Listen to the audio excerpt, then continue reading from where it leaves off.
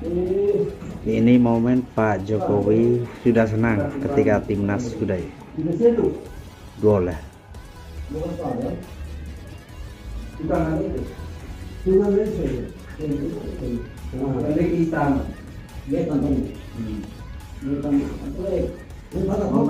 Sedih.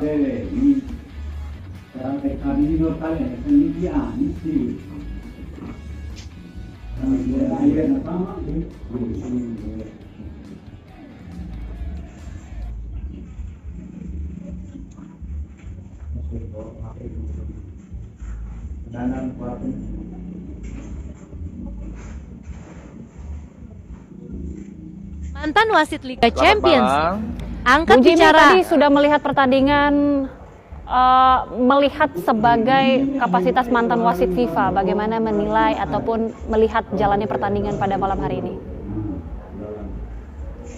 Jalannya pertandingan pada malam hari ini ya memang.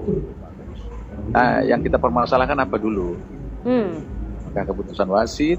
Apa yang mau ditanyakan? Kalau dari keputusan wasit, ini saya langsung saja kalau gitu masuk. Bagaimana kemudian melihatnya, Bung? Ini sepertinya apa ini yang terjadi sebenarnya? Ya kalau kita lihat, semua keputusan wasit itu betul. Yang mana yang mau kita bicarakan? Kartu merah? Kalau Kemudian kita gol berbicara yang dianulir gol ke menit ke-61 itu, Bung, itu bagaimana menurut Bung? Mungkin kita bahas satu persatu dulu. Oke, kalau masalah offset yang dianulir, itu memang betul bahwa pemain kita pada saat bola dimainkan, dia sudah berada pada posisi offset.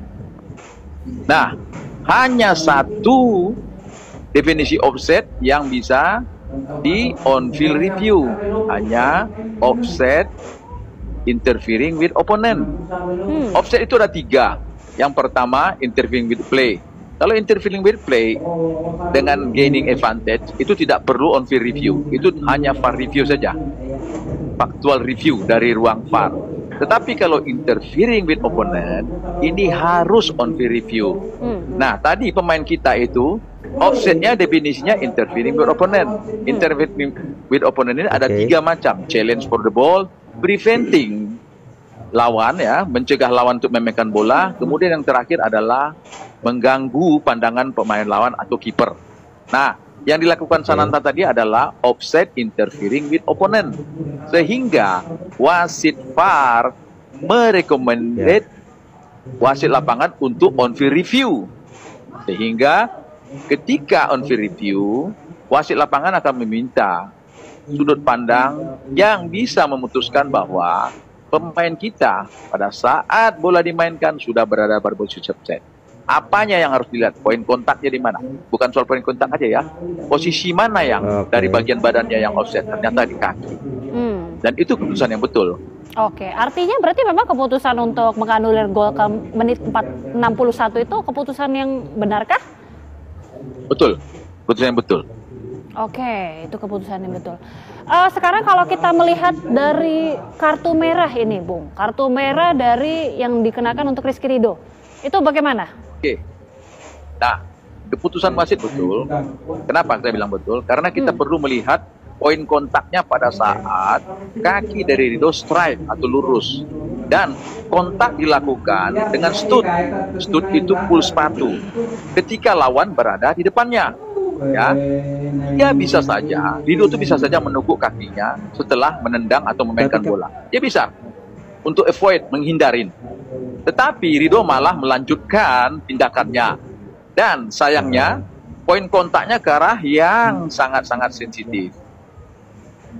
Oke. Dan ketika hal ini, yang namanya kartu merah itu harus on-field review. Karena possible red card. Itu salah satu faktor dari 4 faktor yang harus dicek on field review. Oke. Nah, setelah wasit ruang VAR menunjukkan buktinya melalui pengulangan replay terhadap pelanggaran yang dilakukan Ridho, akhirnya wasit lapangan memutuskan bahwa itu harus red card. Baik. Berarti kembali lagi, untuk keputusan itu tepat juga berarti, Bung? Tepat. Tepat. Oke. Ini mungkin saya tertarik juga untuk menanyakan langsung ke Bung. Bagaimana kemudian dengan mungkin ada sejumlah pelanggaran-pelanggaran ini juga dilakukan mungkin oleh Uzbekistan, tapi sepertinya kok tidak mendapatkan porsi yang sama seperti untuk Indonesia. Ataukah Bung juga melihat hal ini? Ya, itu sebutnya semua keputusannya betul, karena kan dikontrol, bukan hanya dari wasit lapangan, termasuk juga wasit VAR. Itu pertandingan dikontrol semuanya. Timnas U23 Indonesia memang lolos ke semifinal, tapi saya secara pribadi justru saya kecewa sekali dengan Pak Erick Thohir. Melalui video ini saya ingin menyampaikan kritik saya kepada Bapak Erick Thohir. Karena Bapak sudah menyalahi kebiasaan para pejabat Indonesia. Ini lihat nih. Bapak pasang foto mengucapkan selamat kepada Timnas Indonesia. Tapi foto Bapak nggak ada di situ. Harusnya kalau Bapak pejabat, foto Bapak harusnya ada dong di situ. Mejeng. Kalau perlu foto Bapak yang paling gede di situ. Foto atlet-atletnya kecil aja. Budaya kita itu seperti itu. Jadi tolonglah nanti kalau Indonesia lolos ke final, tolonglah Bapak pasang foto lagi Timnas Garuda kita, tapi ingat foto Bapak harus paling besar di situ. Oke, gitu, ini Pak. ketiga. Terima kasih. Gol yang dibatalkan.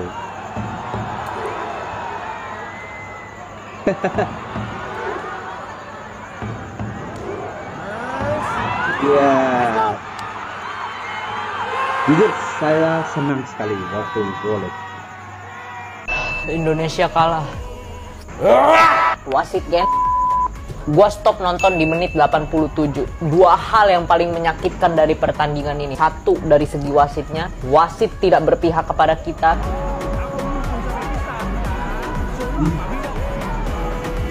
Dan yang kedua, Rizky Ridho, kapten kita. Hal yang paling menyakitkan dari pertandingan ini adalah menonton langsung kapten kita bunuh diri ke gawang kita.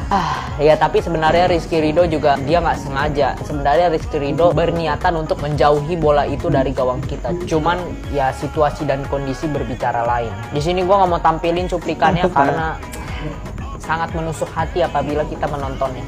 Nih gue bisa tebak wasitnya ini dulu suka nonton film Indosiar, sama kayak para orang tua zaman Bahenol. Sukanya drama, terus kerjanya drama, terus pokoknya pemain Uzbekistan yang banyak drama ini pasti dibela sama wasit itu. Emang pada dasarnya wasitnya aja yang suka nonton sinetron, nggak cocok dia jadi wasit Piala Asia. Cocoknya jadi pemain figuran Mahabharata. Tapi di menit ke-90, Coach Sintayong langsung mengganti Rizky Ridho sebagai kapten, menyerahkannya kepada nomor punggung 6 kalau nggak salah, kepada Fahmi. Tapi tidak apa-apa guys, masih ada harapan untuk kita. Walaupun kita tidak bisa juara 1, tetapi masih ada perebutan juara 3. Semoga Indonesia bisa menduduki peringkat nomor 3. Yuk, percaya yuk, bisa.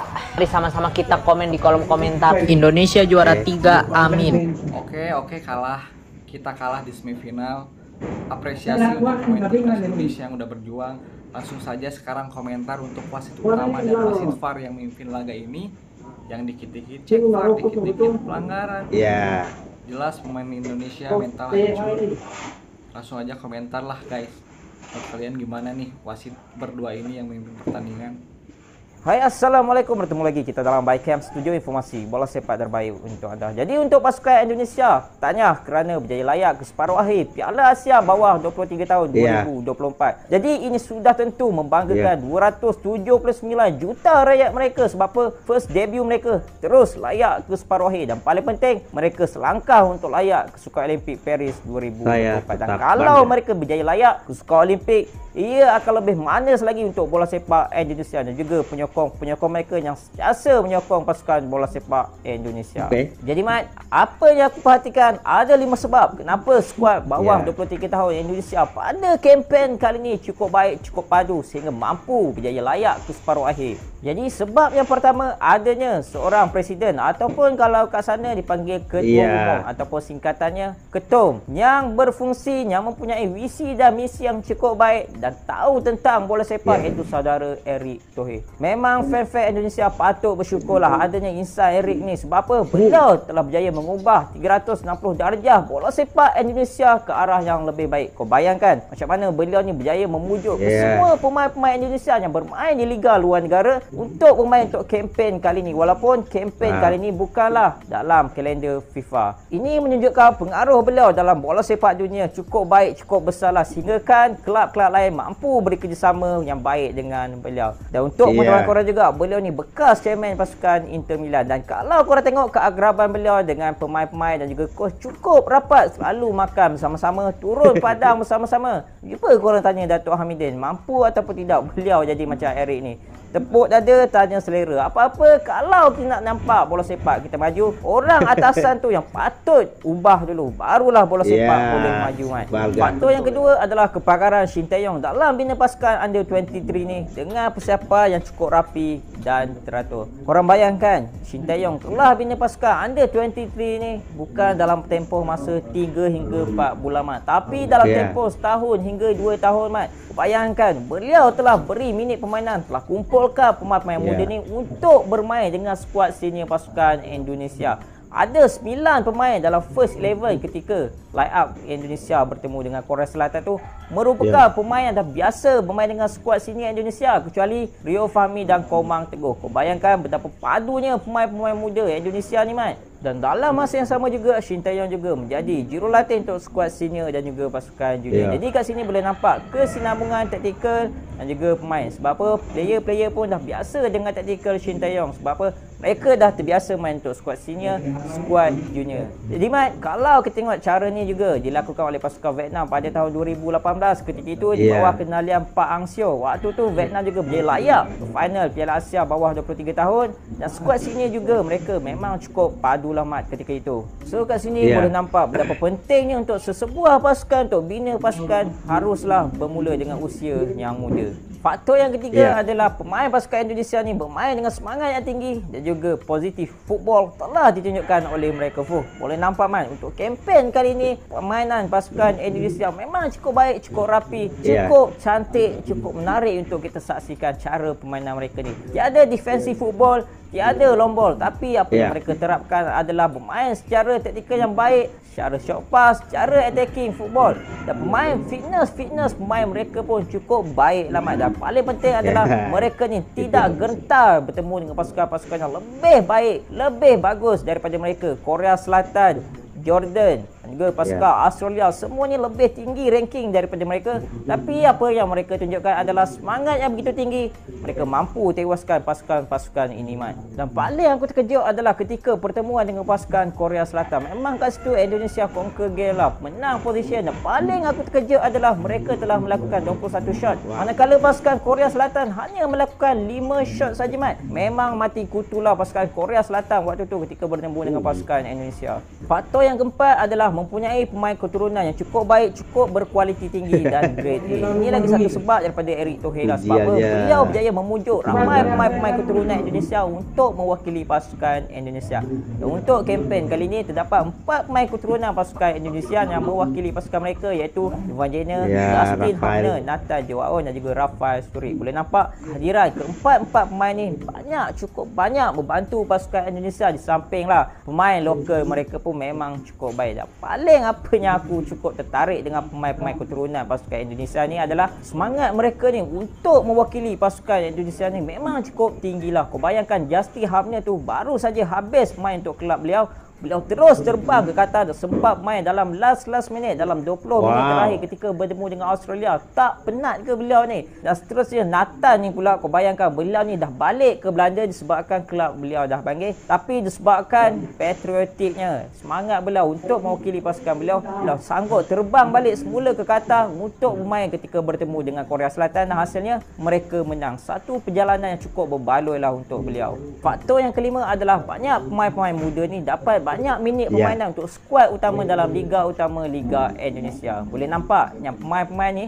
pemain muda Indonesia ni bermain untuk skuad utama untuk Liga Utama Indonesia. Bukannya mereka ni bermain kat Piala Division 2 ke, 3 ke, Piala Presiden bawah muda-muda ke. No, mereka ni semua ni bermain untuk skuad utama untuk Liga Utama Pasukan Indonesia. Pemain-pemain seperti Witan Sulaiman, Rizky Ridho, Komang Teguh, Rio Fahmi, Oki Caraka, Ferrari, Fajar, Arhan Fikri, Ramadan Sanata. Kesemua pemain-pemain ni dapat banyak minit permainan untuk skuad utama untuk Liga Utama Pasukan Indonesia. Sebab tu pengalaman mereka ni bukan macam junior lagi dah, tapi dah level peringkat senior. Sebab apa? Mereka dah terbiasa bermain dengan pemain-pemain senior dan juga fitness mereka jangan cakap lah, memang cukup baik lah Mat. Dan dihabarkan sebelum ni Liga Indonesia ni telah mewajibkan setiap pasukan menurunkan pemain bawah 23 tahun dan bermain 45 minit. Oh lupa Mat, ada lagi satu sebab. Sebab apa pemain-pemain Indonesia ni cukup baik? Mereka semua ni tak ada warnakan rambut ke apa. Rambut semua sama hitam je Mat. Lupa nak bagi tahu sebab tu. Jadi untuk pasukan Indonesia, all the best kat semi-final nanti ketika bertemu dengan pasukan Uzbekistan. Semoga mereka ni berjaya menang dan layak ke sukan Olimpik lah. Untuk Bung Towel ya, namanya Bung Towel pasti ketar-ketir dan tak senang duduk lah. Sebab apa? Lihat perkembangan Indonesia ni cukup baik. Yelah, lepas ni nak kritik apa lagi kan Shin Tae-yong tersebut.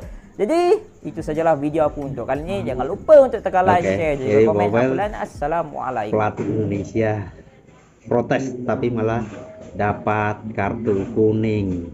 Ini yang sangat sulit sekali ya untuk kita terima karena belum apa-apa sudah dibungkam duluan. Ya, ini lagi.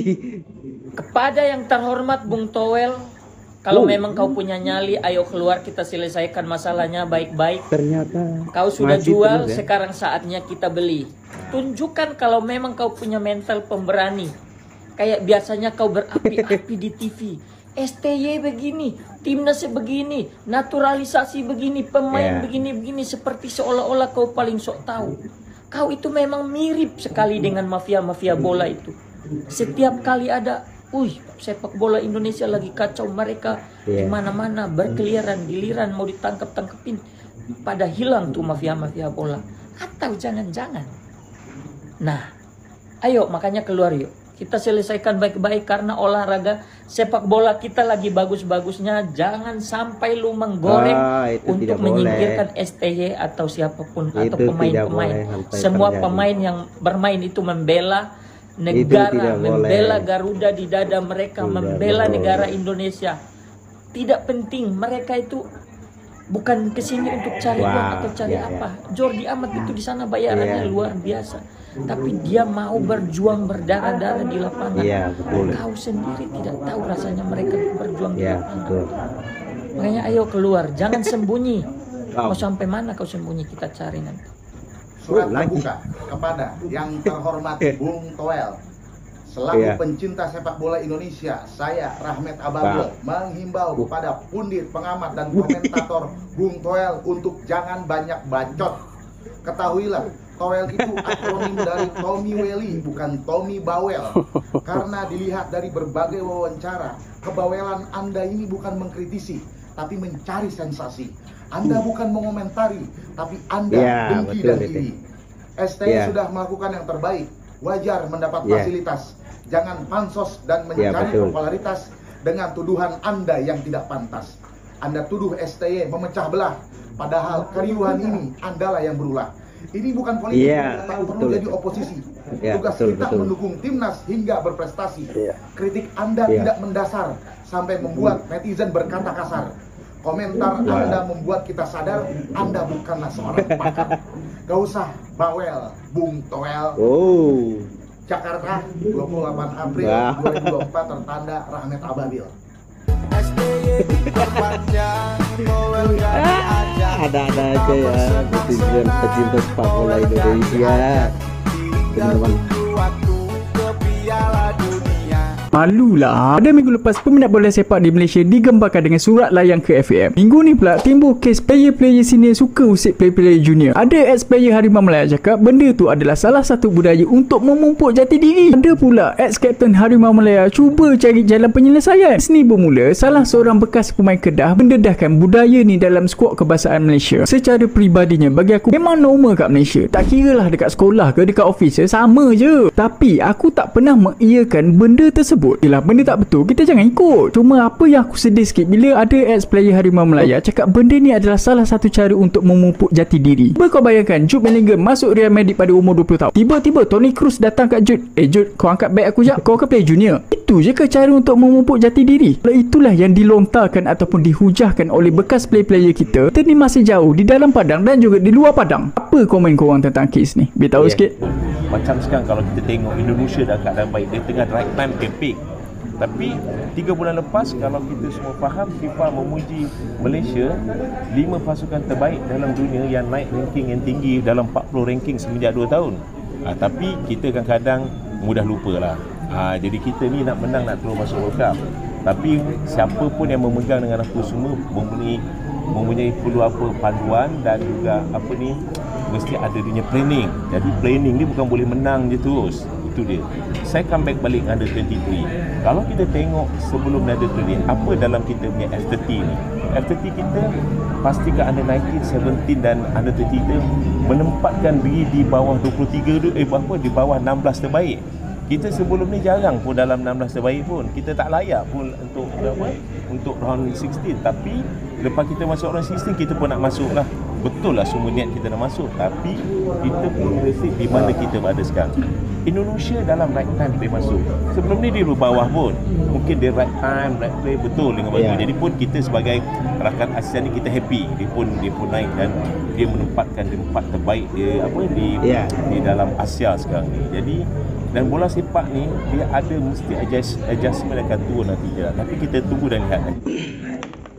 Oke, teman-teman semua, ya kita tahu semua bahwa Indonesia kalah lawan Uzbekistan saat pertandingan semifinal tadi malam ya. Dan itu sangat menyakitkan buat kita semua. Karena kita melihat bahwa di menit 61 Indonesia sempat membobol gawangnya Uzbekistan, tapi dianulir karena dianggap offside pemain Indonesia.